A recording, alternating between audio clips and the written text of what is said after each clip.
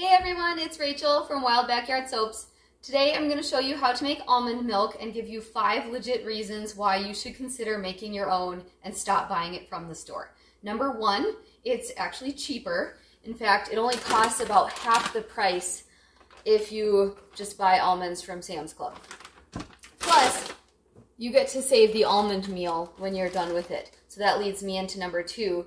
It actually produces less waste and you're not having containers that you're throwing away because you can just use reusable mason jars for this. Number 3, it tastes way better. Number 4, it's healthier. In fact, you don't have all those preservatives that they have to put to give it a longer shelf life in the store. Plus, you're getting a higher almond content. And then number 5, it's super easy. So I'm going to show you how to do this right now. First, you put about a cup of almonds in a bowl in a mason jar and soak it for about 8 to 12 hours. Then you want to rinse it off, so I've just done that.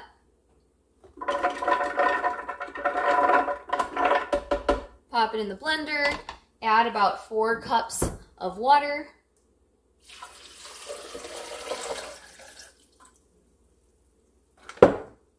And this is the part where I'm really bad at following recipes.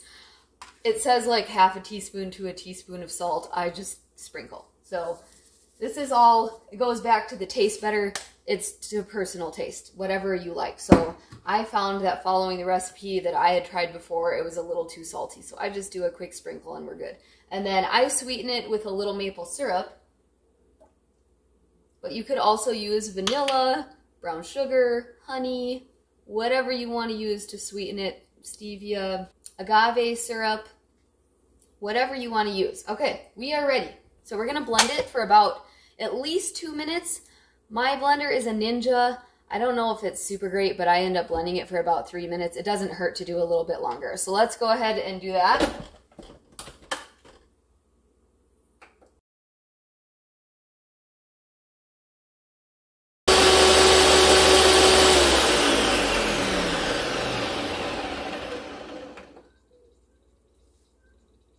Okay, we're back. So it's been about 3 minutes.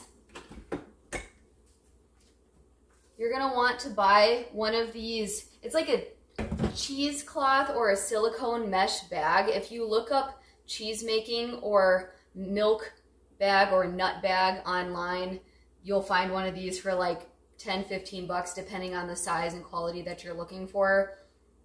I have a few of these because I also use them to make cheese, to make iced tea. I mean, you could do a lot with these things. So I have a few of them just because, and just in case one were to ever break, although that's never happened to me.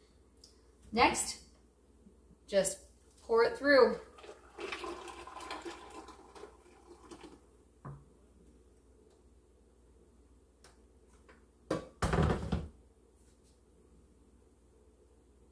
So you don't want to do a heavy squeeze to get the milk out of this.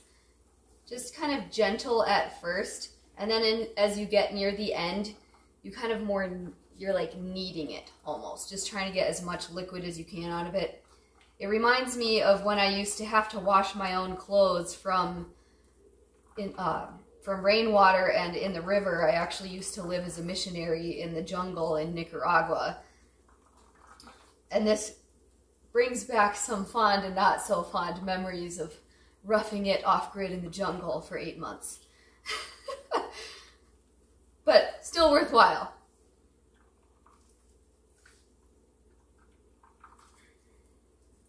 So the more liquid you can get out of it, the better, because that just makes the pulp or the almond meal dry faster later.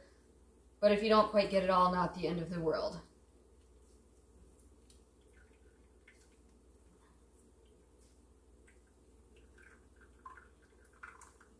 Okay, so there's my meal that's left over. I'm going to spread this onto a dehydrator tray and pop this in my dehydrator overnight, just kind of on a medium setting, at least 8 hours, closer to 12, depending on how thick you spread it and how wet it still is.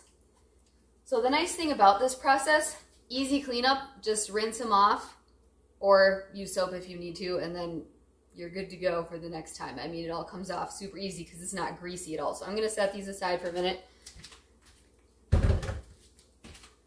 we'll spread out this almond meal. I've only been doing this for a couple of months, but I am completely sold, and I don't think I'll ever go back unless I was like extremely busy, because this is something you can do even when you're busy. You just have to plan it out. Like, you just have to remember to soak them ahead of time. And then 12 hours later, you come back and you're ready to blend them. And then I've been told by my husband that it tastes better cold. So you'd make it, it's warm, then you'll want to put it in the fridge for a little bit before you use it. So here's the almond meal spread out. So I'll put this in the dehydrator in a minute here. And here's the milk. So now I'm just going to pour it into my half-gallon mason jar.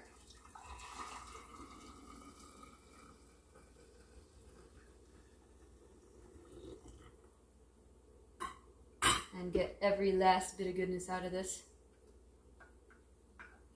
And then I just use a plastic wide mouth mason jar top, because I found that using the metal ones, it kind of gets crusty a little bit underneath it sometimes. So I'll put a plastic lid on this in a minute. In fact, I have it right here. So that's going to go in the fridge to cool down, and it will be ready for me to go in the morning on my granola.